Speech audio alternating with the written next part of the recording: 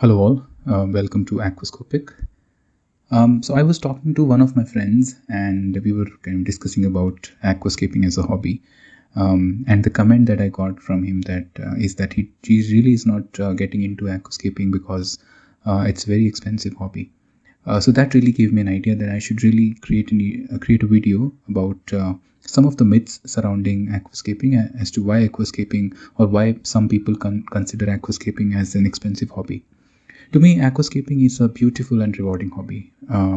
But like my friend, there are many people who are intimidated by the equipment and the costs associated with it. So in this video, we'll be busting some of that myth. And what I've tried to do is I've tried to capture 5 myths that I could think about that you see on the screen.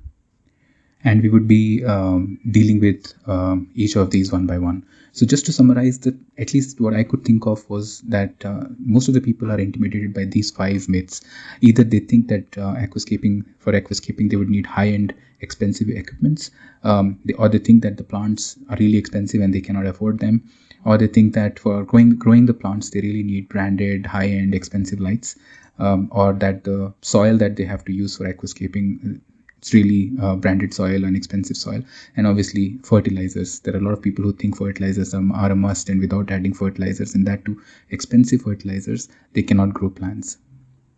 So the intent of this video is to go through all these items one by one, and I share my practical experience of how I have done certain things, and hopefully that would then bust some of the myth that we are talking in this video. If you like the content, please do like, share and subscribe. I can see that this channel is growing, so thank you for your support. But if you're watching the video and if you're not subscribed, I really urge you to subscribe because that really helps the channel in the long run. Okay, the first myth here is that we need high-end equipments for aquascaping. I think that couldn't be any farther from the truth. What we basically need for aquascaping is a simple tank. I would say maybe start small, maybe a 10 gallon is good enough. And then you just need to have some basic substrate, a filter, and then some very less expensive fish, like maybe you'll start with guppies, etc. So I am showing one of my earlier setups, one of my setups that I did in the initial days when I was trying to get my feet wet in the aquascaping hobby. So you can see that it is a small tank. It's I think about 1 feet by 1 feet tank. I sourced the wood locally from someone almost free of cost. The filter here is a very cheap filter, and it does the job perfectly well. And the substrate is just nothing but a few rocks and bits of marble that you can kind of get from any local store, almost no cost at all.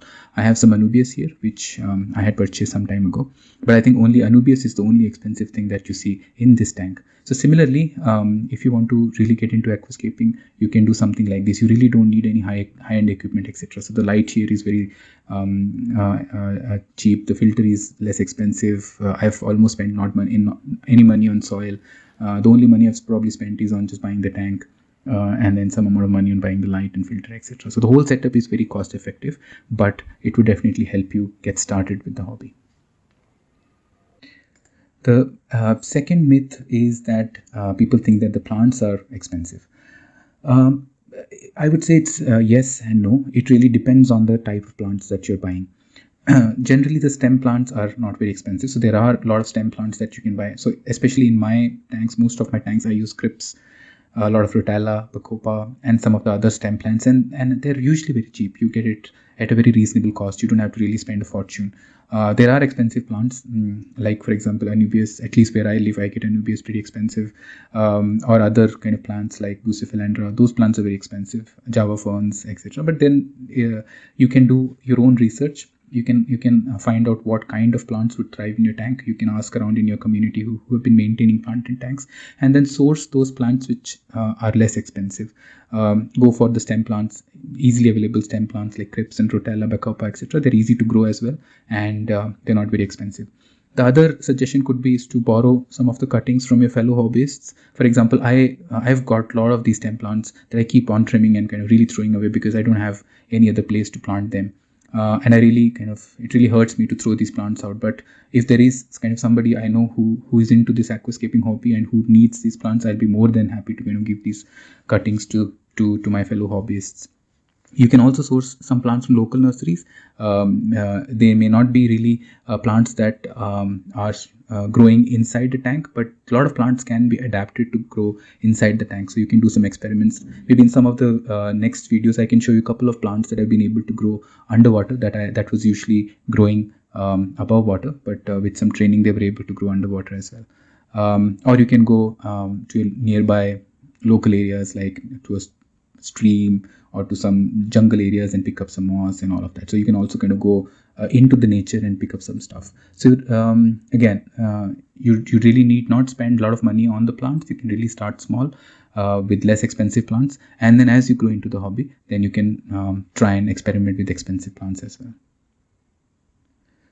So the third myth here is that for growing the plants, you need branded and costly lights. Now, I've already done a video on what lights I use and how they're really cost effective, less expensive lights, but yet they really grow plants really well.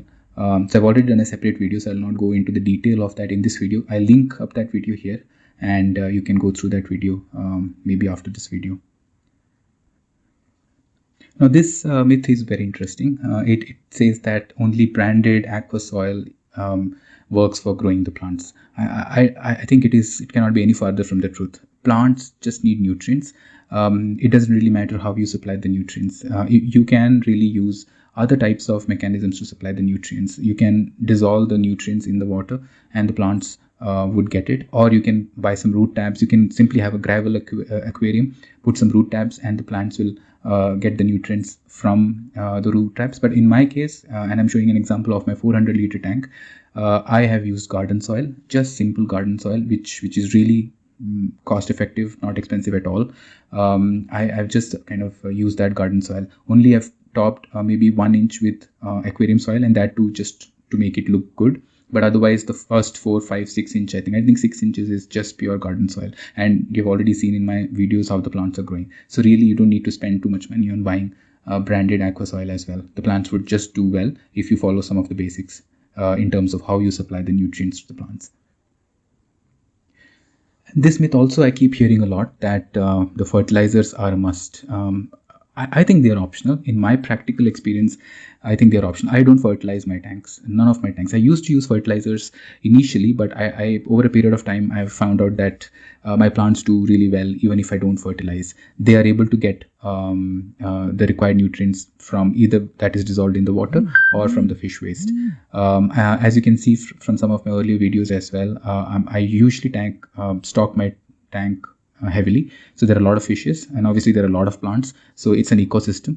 Fishes produce waste, and plants convert the waste into what they really need for growing. So I don't need to put fertilizers. I also don't use RO water.